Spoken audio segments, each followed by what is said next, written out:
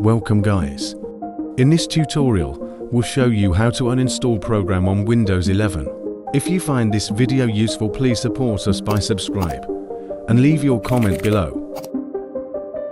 First, open Control Panel on the Window panel.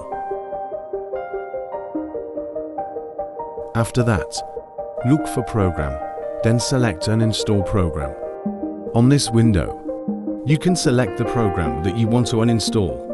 In this case, I choose Opera Mini application. Sorry, just example. Click on the Opera's icon, then click Uninstall.